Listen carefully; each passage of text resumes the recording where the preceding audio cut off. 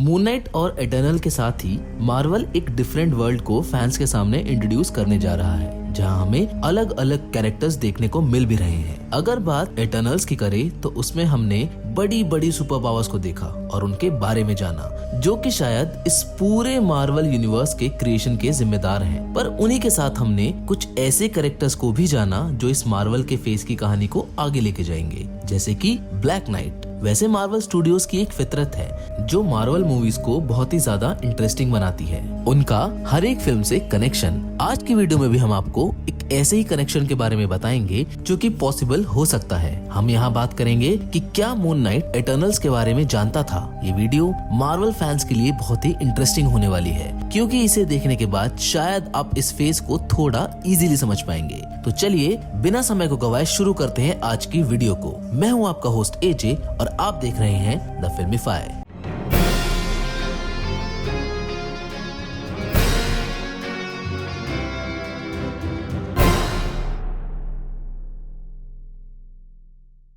Moon night के trailer release के बाद से ही हम उसकी कहानी का अंदाजा लगाने की कोशिश में लगे हुए हैं कि क्या मून नाइट अपने कॉमिक्स ओरिजिन की कहानी को ही आगे बढ़ाएगा। लेकिन अभी हाल ही में हुए मार्वल इवेंट्स और उन इवेंट्स के लीक्स के बारे में अगर बात करें तो शायद यहाँ हमें बहुत ही इम्पोर्टेंट चेंज देखने को मिलने वाला है मून नाइट की स्टोरी में। मून नाइट के ट्रेलर में मून नाइट की एक बिल्कुल ही नई बैक स्टोरी क्रिएट कर दी गई है। यहाँ हम अभी बात उसकी अलग अलग पर्सनालिटी की कर रहे हैं। अब अगर कॉमिक्स रेफरेंस को ध्यान में रखा जाए तो मून नाइट की स्टीफन ग्रांट वाली पर्सनालिटी एक बिलियनर की है, जबकि हाल ही में रिलीज हुए ट्रेलर में हमें स्टीफन ग्रांट एक म्यूजियम एम्प्लॉय दिखाया गया है। और शायद हमें इस नए बदलाव की वजह से मून नाइट की पावर्स में भी बदलाव देखने को मिल सकता है। पर ये म्यूजियम जॉब एक सेंसिबल मूव है मार्वल स्टूडियोज का, क्योंकि हमें इसी म्यूजियम या फिर आर्ट गैलरी में इजिप्शियन आर्टिफैक्ट्स देखने को मिल रहे हैं जो कि मून नाइट से क्लोजली कनेक्ट कर रहे हैं। लेकिन मैं जानता हूँ ये तो ऑब्वियस है कि जहाँ इजिप्शियन आर्टिफैक्ट्स होंगे वहीं मून नाइट होगा।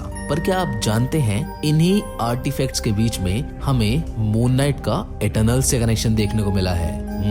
अब मैं जानता हूँ आप यहाँ कंफ्यूज हुए हैं, तो चलिए आपका कंफ्यूजन दूर करते हैं। हमने ट्रेलर में स्टीवन ग्रांट को लंदन की नेशनल गैलरी में काम करते हुए देखा था, जो कि एक पुरानी आर्टिफैक्ट्स को असेंबल करने वाली गैलरी है, जिसे अंदर से देखकर ब्रिटिश म्यूजियम की याद आ जाती है। और स्टीवन का यही म्यूजियम में काम करना उसे इटर्नल से कनेक्ट कर देता है। आपको इटर्नल फिल्म्स का शुरुआत वाला सीन याद है जिसमें सर्जी और डेन व्हाइटमैन लेक्चर दे रहे होते हैं। दरअसल वो लंदन का फेमस नेचुरल हिस्ट्री म्यूजियम है। और अगर जियोग्राफिकली बात की जाए तो वो म्यूजियम नेशनल गैलरी जहाँ स्टीवन ग्रांट काम करता है उससे मात्र 2 मील की दूरी पर है, जहाँ अगर ट्रैवल भी किया जाए तो ट्रैवलिंग में टाइम 10 मिनट से भी कम लगेगा। और ये तो हम सब जानते ही हैं कि ये दोनों फिल्म एक ही यूनिवर्स में एग्जिस्ट करती हैं। तो यहाँ ये पूरी पॉसिबिलिटी हो सकती है कि स्टीवन ग्रांट यानी कि मून नाइट सर्सी और डेन व्हाइटमैन को जरूर जानता होगा। ऊपर से इटर्नल्स के पोस्ट क्रेडिट सीन में दिखाए गए एबनी ब्लेड के ग्लिम्स इसे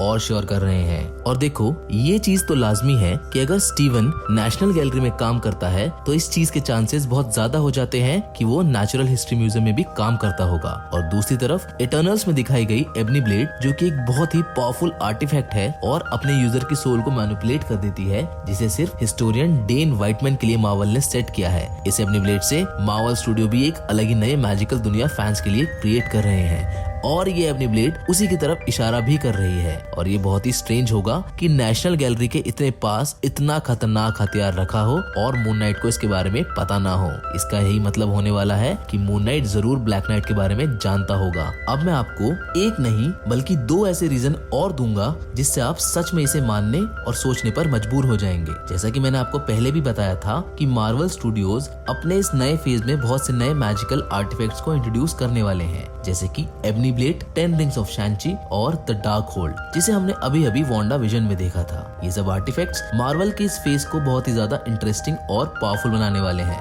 अच्छा, क्या आप जानते हैं कि ये सारी चीजें भी मून नाइट और बाकी सब सुपर हीरोज और उनकी फिल्म्स को इटर्नल से कनेक्ट कर रही है? बताऊं कैसे?